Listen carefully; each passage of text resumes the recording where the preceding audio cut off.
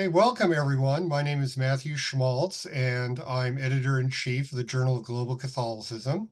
And it's my great pleasure to introduce Professor Mary Dunn, who received her PhD in Religious Studies from Harvard University and is professor in the Department of Theological Studies at St. Louis University. A historian of religion, Professor Dunn works in the area of early modern Catholicism. She's published extensively, and we do mean extensively, on Catholicism in the 17th and 18th century colonial New France, including the Jesuits, martyrdom, and women's religious orders, as well as on theory and method in the study of religion. Dunn is the author of several books, including From Mother to Son, the Selected Letters of Marie de l'Incarnation to Claude Martin, and The Cruelest of All Mothers, Marie de l'Incarnation. How should I pronounce that? My French is bad. It's a mouthful. Incarnation. Incarnation. Okay. Cruelest of All Mothers, Marie de l'Incarnation, Motherhood and Christian Tradition, Intimacies, Intersubjectivity in the Formation of the Religious Subject in the Modern Christian West, and most recently, Where Paralytics Walk and the Blind See, Narratives of Sickness and Disability at the Juncture of Worlds. And presently, she is the director for the Center of Research on Global Catholicism at St. Louis University. So, Professor Mary Dunn, welcome. It's great to have you here. And Thank you for having us. could you give us a little more about what intellectual interests inform your work, particularly as it's developed over time and as it now relates to global Catholicism? Yeah, thank you. First of all, thank you for having me here. From the very beginning of this initiative with the CRGC, as we call it, the Center Mm-hmm. for Research on Global Catholicism at SLU, I have been interested, and my team has been interested in the Journal of Global Catholicism. Yeah, So it's okay. really been something we've looked toward from the very beginning. So my research has always had at least a transatlantic orientation to it. So my work has focused on early modern New France, as you mentioned, and it's been these patterns of migration, um, these initial movements of settlement, and French life in the colony, the encounter between French missionaries, between religious women, and between ordinary laymen and women with the indigenous people um, of northeastern Canada that has interested me the most. Um, in general, my research has focused particularly on those parts, as I like to say, of the Catholic past that really grate uncomfortably against the modern world. So, say, stories of miracles, accounts of possession, these incredible stories of Jesuit martyrdom, Mm. uh, which is really a global phenomenon, although my work in it focuses on New France. Um, but how do we make sense of these things in this modern world where God isn't supposed to exist and the saints aren't really real and religion's kind of an outmoded, old-fashioned sort of thing? Uh, that's the word on the street about Right. about religion. And I have found that what I am most interested in is the way in which my own encounter with the Catholic past kind of pulls me out of the modern world and pulls me out of like the given of my present historical moment and invites me into this different world with different expectations and different kind of modes of perception. And what I think about a lot is how do I, as a historian, work to transmit these past worlds into the present and kind of present them in such a way that my readers or my students or whoever it is can start to consider the possibility that their own world might look different. I don't think the Catholic past is always something we want to replicate exactly. My stuff has never been about race or smut, any of that kind of traditional sense, but it's really been more about like, how can we learn to see our own world differently by engaging closely with these past worlds? So I could say more, but essentially that's kind of where my work has led me and continues to.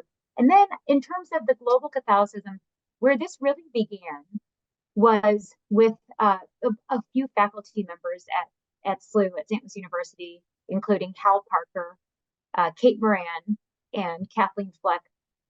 And I wanted to do something big. We wanted to do something new at SLU. We wanted to kind of create an intellectual hub. And initially, we thought about doing something on the Jesuit tradition, but it seemed too narrow for us in some ways.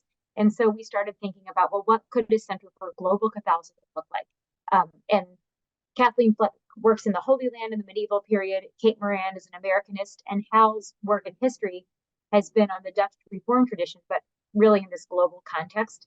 So as we started thinking about this center and what we wanted it to look like, it just made so much sense to have global Catholicism be the focus. And thought what we could do with this center was really put SLU on the map as a place where people might want to come to share work on global Catholicism and meet new colleagues and really grow their ideas in this collaborative way. And thus far, it has proved to be exactly what we've hoped it would be. We had a wonderful conference in October, and we're getting ready to welcome our first class of fellows in actually next week. So very excited about that. Well, excellent. So let's unpack that for a little bit. So first, what would you say is the importance of studying global Catholicism, particularly at this moment? Yeah. I mean, why not, since SLU is a Jesuit school, focus on the Jesuit tradition or something about American Catholicism, for example. So what's the appeal of global Catholicism? That's a great question. I'd be interested in what your own answer to this would be, Mm. but I would say,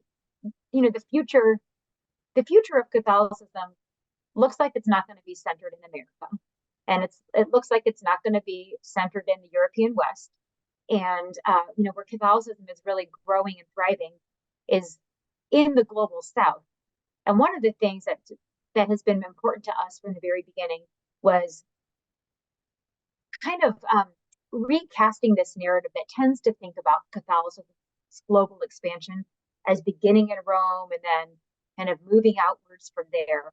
And this is sorry, I'm going to close that down. This is in a sense what I think what we get in a way with the Jesuits. It's a certainly ultramontane, like Roman oriented religious order that moves outward from this European center. And we know that what happens when Jesuits move around the world is that Catholicism changes when it interacts with culture, or it looks different. Maybe we'll put it that way. And what we wanted to do with the Center for Research in Global Catholicism was start thinking about methods. I think methodologically, our orientation has been to come up with ways or to kind of foster conversations that encourage people to think about the story of global Catholicism as not beginning from a Roman center and then moving outward, but as thinking about global Catholicism as having perhaps different points of origin, or that aren't just shadows of a Roman original. So that question of center and periphery and original and copy is kind of an interesting one for us methodologically, and one I've really thought a lot about. And I think my sense is that a global Catholicism approach from this non-Roman center can help us think in fresh ways about the question of what is original Catholicism and what is a copy of Catholicism, or what is, I'm thinking with these art history terms, but what really is center and what's periphery, in ways that get us beyond this model of Catholicism centered. Those are really important theoretical questions. And let me just ask you, how would those kinds of theoretical questions, or that distinction between, roots versus roots, in the sense of, being rooted in one place or having a direction from another place, help us to understand Catholicism in New France, for example?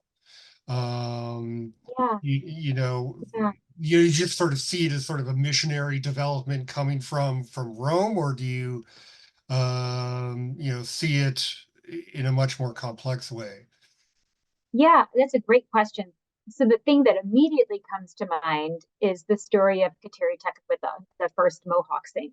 So, it's undeniable that Catholicism came to New France from from France, or really from Rome, Yeah. when we think about it. But what happens to Catholicism when it gets there? when it gets to New France. It takes on, it starts to grow in different ways, and it becomes authentic in a way that's deeply rooted in the geography and in the cultures of New France. So I think Kateri Tekakwitha, I bring her up because she's such a great example. You know, I think probably, I'm sure you've read her hagiography, and I'm sure Hmm. many of your listeners have. But this idea of, she in, contracted smallpox when she was 4 years old.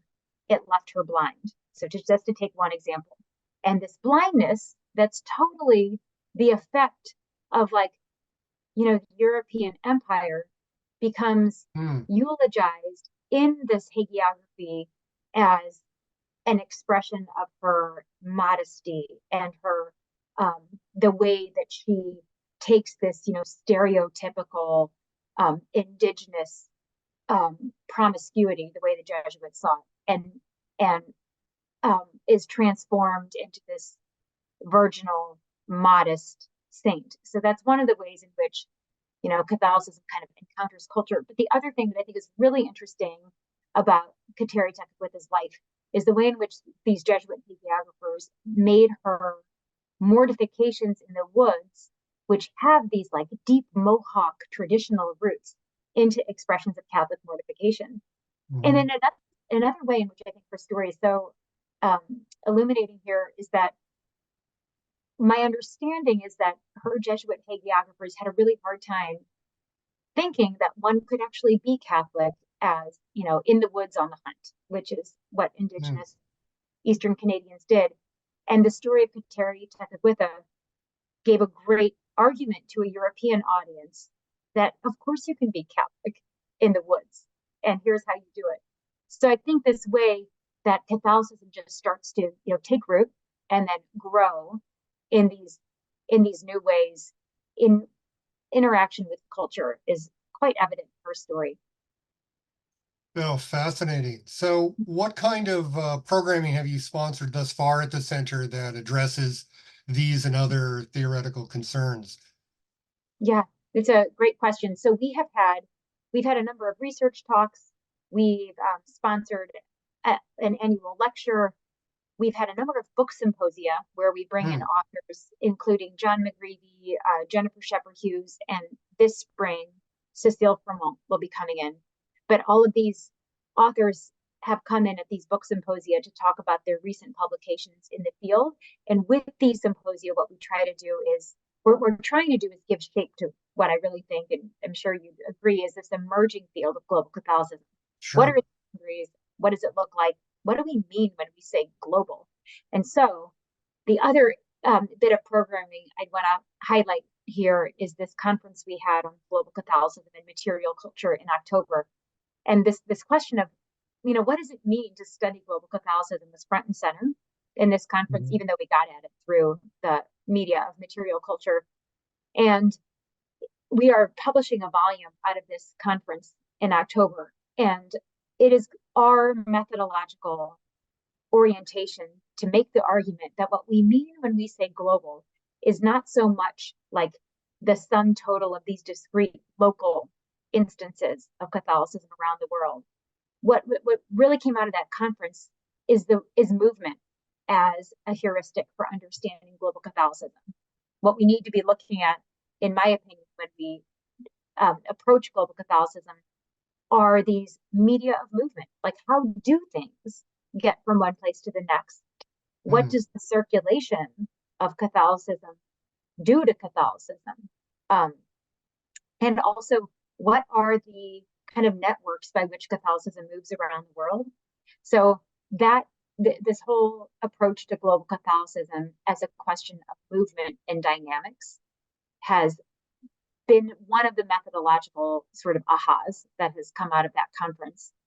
And then we're picking up on this theme, and with our fellows program, which, as I mentioned, is launching next Friday. It's going to carry out over 18 months. Fellows are meeting 4 times, and they're each working on a discrete project, but we've asked them to gather around the theme of mobilities and circulations. So we've tried to be really interdisciplinary with this group. We've got 10 great scholars from around the country, and I'm I'm I'm anticipating, and I'm hopeful that what'll come out of this is just going to be more fleshing out of this approach to global Catholicism as something that we can get out by really zeroing in on movement. But we shall see. Oh, well, it sounds like you're well on your way. You talk a little more maybe about specific examples of movement and these dynamics within Catholicism that are important as you see it. Yeah. Well, I'll give you one example. So Hmm. I've been working on this. Um, yeah, I've been working on this a book proposal that's come out of this conference, and to take one example of some of the work that's going to be published here, I'll point to some missionary postcards that were produced at the turn of this 20th century Hmm. on a mission dedicated to Saint Radegund in the French Congo. And these postcards, so one of this chapter is going to be focusing on these postcards as a media of global Catholicism. So French photographers, as part of the colonial mission, went to the Congo and took these photographs of what they sort of staged as this authentic mission village with Hmm. people in traditional attire uh, there. Then these postcards were sent back to France as arguments that made the claim that these people that were represented in the photograph really needed the support of patrons back in France. And so then money was transferred to these missions. And then the afterlife of these postcards, I also find interesting. Hmm. There's been work done on Catholic eBay, I know, but these postcards themselves ended up on eBay. So what is this? What is the afterlife of like global Catholicism look like? These postcards continue to circulate, but in this digital sphere. Um, and so that's just one example of these movements and circulations. And one of the things that's kind of interesting about this, and this is another focus of some of the contributions to the book, is when these, like, let's say we're taking a Catholic thing, like a postcard produced on a mission, or relics, or even Catholic Bibles, Hmm. or portraits of Jesuits. Like, what happens when you take them out of their original context and you put them in a new one? So um, when these postcards that were produced on the mission end up on eBay, well, how does that movement of the postcards on eBay change how they're interpreted, what they mean, what they do? Hmm. Hmm. And similarly with these portraits of the Jesuit, Grace Harpster, for instance, was one of the scholars at the conference and did this great paper on how Jesuit portraits were clipped out of um, out of these printed sheets and pasted into books, and sometimes pasted into Protestant books where they Yeah. were used used as the anti-examples of being like a good God-fearing person. So, that those kinds of circulations and recontextualizations are pretty interesting. Well, to extend that a little bit into something a little more general, how do you respond to what seems to me to be a conventional understanding of Catholicism as being monolithic? You have this institution, you have this visible head of the institution, and so forth. And so when you look at Catholicism, you should understand it to be this institutional monolith. How would you push back against that perception? Yeah, I mean, yeah, that's the tension. Like Yeah. the Catholic, I think there has been that tension between, the centralized church in Rome and this life that Catholicism leads outside of Rome and outside of the institutional church, or even within institutional churches in various local settings. Um, it's almost perhaps I think of it in Freudian terms, like it's almost like that's the wish that the church would like to see fulfilled, but it simply doesn't seem to work that way Hmm. on the ground. And almost, as a scholar and someone who so often sees the complexities and the complications of the story of Catholicism, there's something like kind of refreshingly simple about that institutional focus when Catholicism, but I just don't think it maps onto the history at all. Um, I mean, at all. There's, I think the field of lived religion does such a good job of kind of showing the ways in which people live their religions in the context of their idiosyncratic lives. And what we do in the Center for Research on Global Catholicism is show how people have made sense of Catholicism and encountered Catholicism within the context of their cultures. So, to me, it's always slipping from the grasp. Like any sort of institutional Catholicism is always slipping from the grasp of the institutional church. Um, I think that's what I would say to that. It just doesn't seem to map onto the history of what we see on the ground very Well, well. that's certainly true. So as you see the center developing over time, what other kinds of intellectual questions do you think are important to examine? Yeah. Um, well, uh, one intellectual question I think that is certainly interesting from our point of view is the relationship between the local and the global. Um, what counts as I mentioned before, what counts as global Catholicism? How do we take these local histories? For instance, we're working on a project, this really great digital humanities project focusing on St. Louis area Catholic archives. Hmm, And how do we, like, these are just super local archives that are, deeply rooted in our city. And yet they're part of this network of global Catholic movement and part and belong to the broader institution of the Catholic Church. And so how do we think about the local alongside the global? I think these are interesting. These are really interesting questions to me. Um, yeah, I think those are, and just really giving some theoretical framework that can help define what we mean when we say global Catholicism is probably the biggest intellectual project I see the center hmm, doing. Now, right now, it seems to me, and I would love your opinion on this, but right now it seems to me that global Catholicism just kind of means like Catholicism all over the world.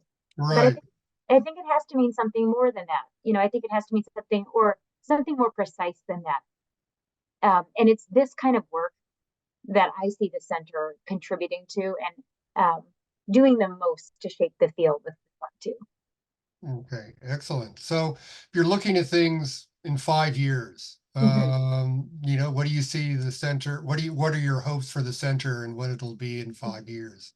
Yeah. Well, I hope that we continue to stage these symposia either once or twice a year, depending on our funding. I hope that we continue to gather a robust collection of scholars, which we've done so far. I'd like to see a steady stream of publications coming out of the center. Maybe from every conference we put on, I'd love to see um, this the publications continue. As I mentioned, we are doing this digital humanities project, which is going to result in a number of research grants that are going to draw people to St. Louis, we hope, but also will result in a website where we're going to have a series of rotating exhibits, um, kind of sharing some of the pieces from the collections of these various archives around a particular theme. So I'd love to see that get up and running and just be kind of a continual source of um, of interest for people in global Catholicism and global Catholic studies. Um, and I think for me, the biggest thing is just continuing to build this network of scholars because, this is going to sound maybe a little bit cheesy, but really it's like together with all of our ideas in one Mhm. room. That's how we build this field of global Catholicism. We don't, we're asking these questions, but about what do we mean when we say global? What's the relationship between the global and the local? But to answer the questions, we need like the steady aggregated input of all of these scholars that are doing this kind of work. So sustaining and supporting and just encouraging and listening in on these kinds of conversations is the most important work we can be doing for the next 5 years. Outstanding. So what do to conclude, what do you personally find most meaningful in the work that you do as leader of this initiative? Yeah. The thing I like the most is an easy answer. I love meeting my colleagues. I was ready at this point in my career a couple years ago to take on this director position. And I did it because I thought it would be a good opportunity to meet other people in the field.